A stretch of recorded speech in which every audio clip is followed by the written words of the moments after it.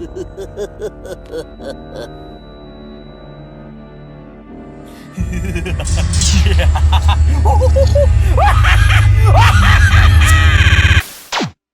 think I'll take a shower. I do love a bit of brainwashing.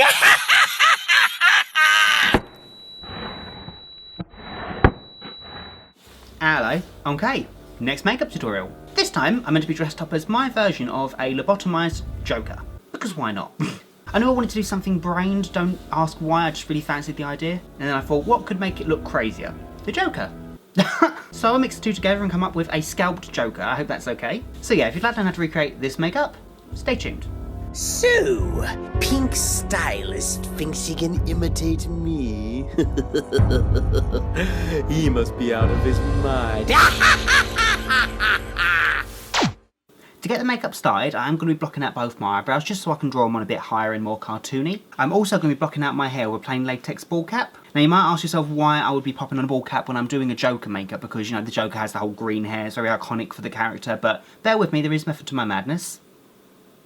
Before I knew what I was going to do for this makeup, I knew I wanted to do an exposed brain. So that's why the ball cap, because then I can pop my ball cap on, then pop the brain on top, and then it should hopefully look like it's exposed. That's the idea. And then I decided to tie the whole Joker into it because an exposed brain sounds pretty crazy. And I just fancied doing a Joker makeup. There's really no reason or rhyme to my makeups. I just sit down and think, I want to do a Joker makeup today, and I want to do an exposed brain. Here we are. So I'll talk about my brain in a little bit. That sounds weird. But for now, as I said, I'm going to block out my eyebrows and pop on my ball cap. So I'll pop two links on the screen right here. They take you to the videos that I did in the past to teach you guys how to do both those things to save some time up in this video. So I'm going to do those things and we'll go from there.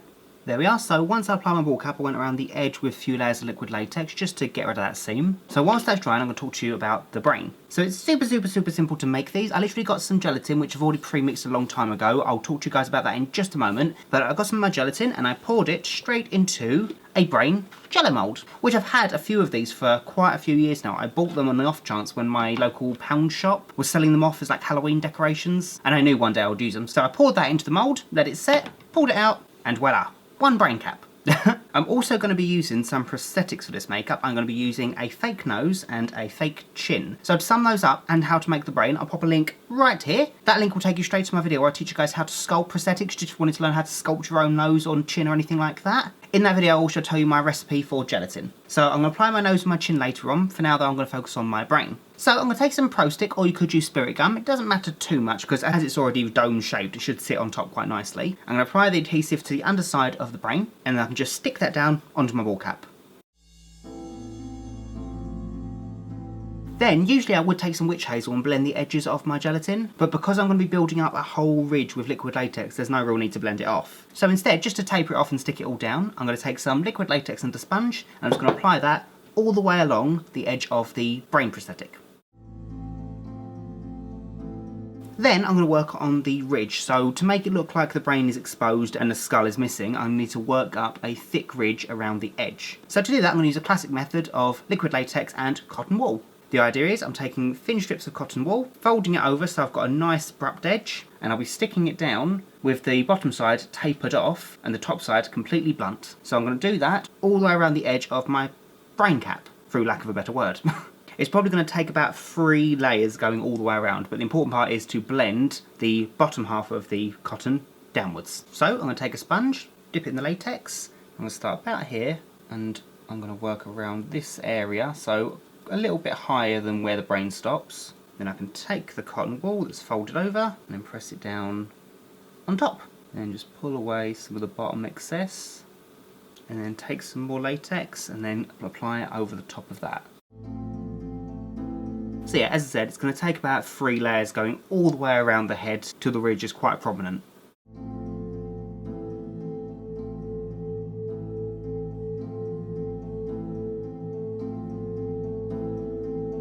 Okie dokie, so see what I mean? Yeah, so a really thick ridge and it's blended downwards. You haven't really got to worry about it being particularly neat because I'm going to be covering a whole lot of blood in this area and it's going to be a whole lot dripping down, so that will detract from any edges, so don't think about that for now. So I'm also going to be applying 2 prosthetics, a nose and a chin. I'm going to do my nose last because I want to get the mouth drawn on first because the nose is quite hooked downwards, so it's going to be easier to paint my mouth first. So the chin I'm going to be using is actually a chin from Titanic Effects. I'll pop that link in the description bar below. I just happen to have one lying around and I loved it last time, so I thought I'd use another one. It's another gelatin prosthetic, so the edges blend out with witch hazel. So I'm just going to apply some prosthetic to the back of the chin and then stick that down.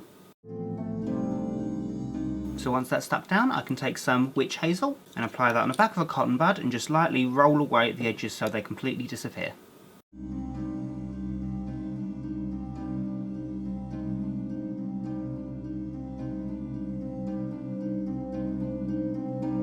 Okay, so I did go around the edge with some more Pro Stick just because I have a tendency to talk a lot when I do these videos, and if I talk too much there's a chance the edge might lift up around my mouth, so by gluing it down it prevents that. So then I'm going to take a Kryolan face liner pencil and I can roughly start tracing on the shape that I want for the mouth. So it's going to be a really giant smile, of course.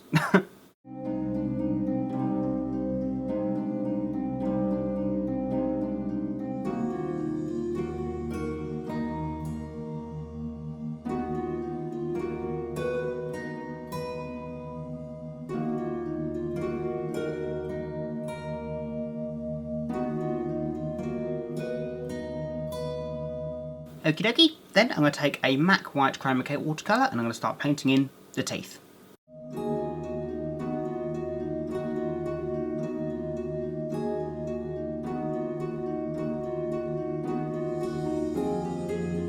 Again, I know I say it a lot, but don't worry about neatness at this stage because we go in afterwards with a black liner and we can neaten up the teeth, and yeah, so it doesn't matter about going outside the lines just for now. Then I'm going to take a Wolfe Hydrocolor, this is in number 32, which is a really nice bubblegum pink. I'm going to use that to go on the inside of the line around each tooth, not the line on top because that's going to be the red lip.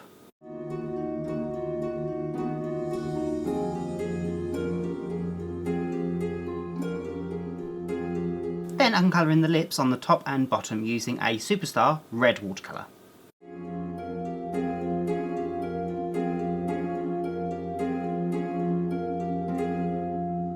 Then I can take my Maybelline New York Master Ink Liquid Eyeliner in black and I can go around each of these teeth, just defining them.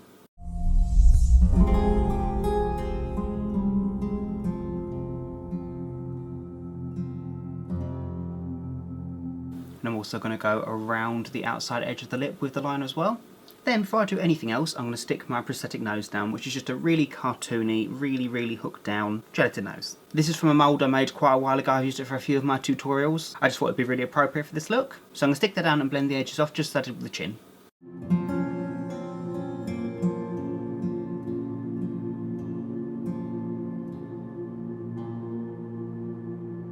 So once that's all stuck down and blended, I can take some more of the M.A.C Chroma Cake White Watercolour and I can colour in my face, neck and ears. Remember not to apply anything on the brain just yet.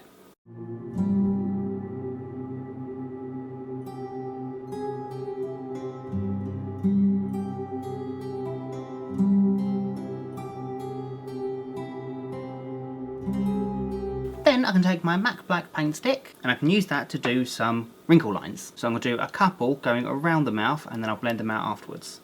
Then I'm just going to blend these lines away, leaving a gap in between.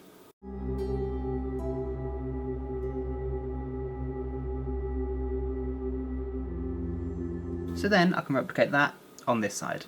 Then I'm going to take the black cream again, I'm going to start colouring in around my eyes and then have it blended outwards but going in wrinkle lines. I'll just colour in my eyes first and then we'll blend it out afterwards so you can see where I've gone. So then I can take a tiny bit more of the black and blend it outwards, just so there's no abrupt line.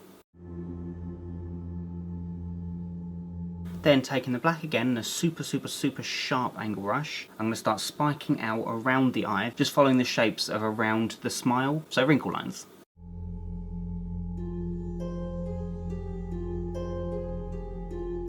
Then I'm going to take the M.A.C Black Chroma Cake and I'm going to draw on an incredibly arched quizzical eyebrow.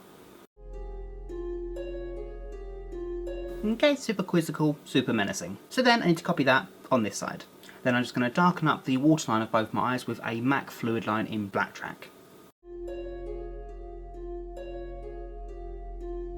Then taking the black paint stick again, I'm going to start drawing on some furrow lines of the brow.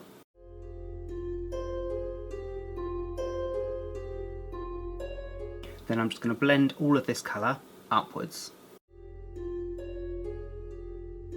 I just added an extra wrinkle on top of the ones here, which I'm going to add here as well. I think it adds more character to the look. And I'm also just adding a few extra lines with the black cream to the nose just to make it more illustrated.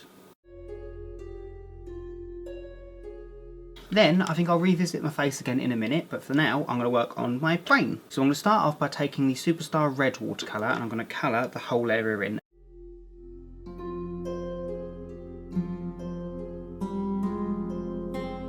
Then I'm going to take the black MAC watercolour and I'm just going to take a really small sharp angle brush and I'm just going to go along the inside of the ridge just to make it look a little bit deeper than it actually is. Then without adding any extra black, I'm going to take the colour and then push it upwards. Then taking a kabuki brush or a regular fat fluffy brush, as long as it's firm, I'm dipping that in the black watercolour with hardly any water, taking off most of the colour, and then I'm just going to dab that over the brain and then blend it outwards just to get all of those details in there. Then the bit I know everyone's been waiting for, I've been waiting for it, it's always my favourite part, the fake blood. So I'm going to use my most favourite blood at the moment, that is the Superstar Artificial Blood in dark. And even though I'm going to be using quite a lot, I'm going to use only a small amount at a time because I don't want to overwhelm the look. I don't want it all just to dribble down and ruin the entire makeup. I do want it to dribble down, but I want to do it very controlled. So I've decanted some of the blood into a jar, and using a smallish brush, I can start painting that over the top of the brain. I'll work on the dribbling down afterwards.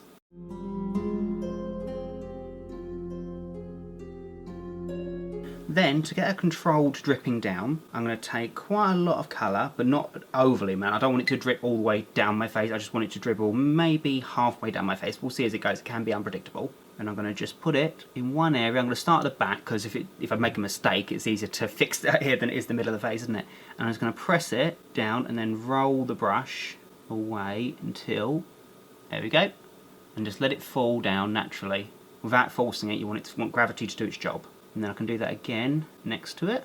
So the idea then is just to keep doing that all the way around. It's up to you how far you want it to dribble. I'm only going to have it dribble fairly small, but mainly it's going to dribble around the sides.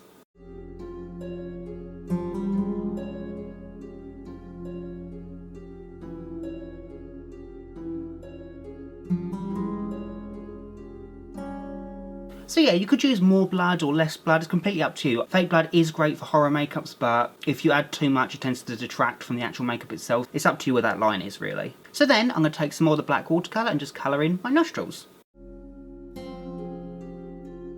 Then, I'm going to paint my neck in the white watercolour. I was going to stop at this point, but I've just started blending some black in towards the centre of the mouth just to make it look three-dimensional. So this side I've not got it on, this side I have. It's up to you how you guys do it. But the way to do that is you take some black cream on an angle brush and you sweep it in one direction from the corner inwards. So I've gone over about 4 of the small teeth. I wasn't going to do it because I wanted it to look a bit more cartoony, but I think it really does add to the look, having it look like it's coming out of the mouth.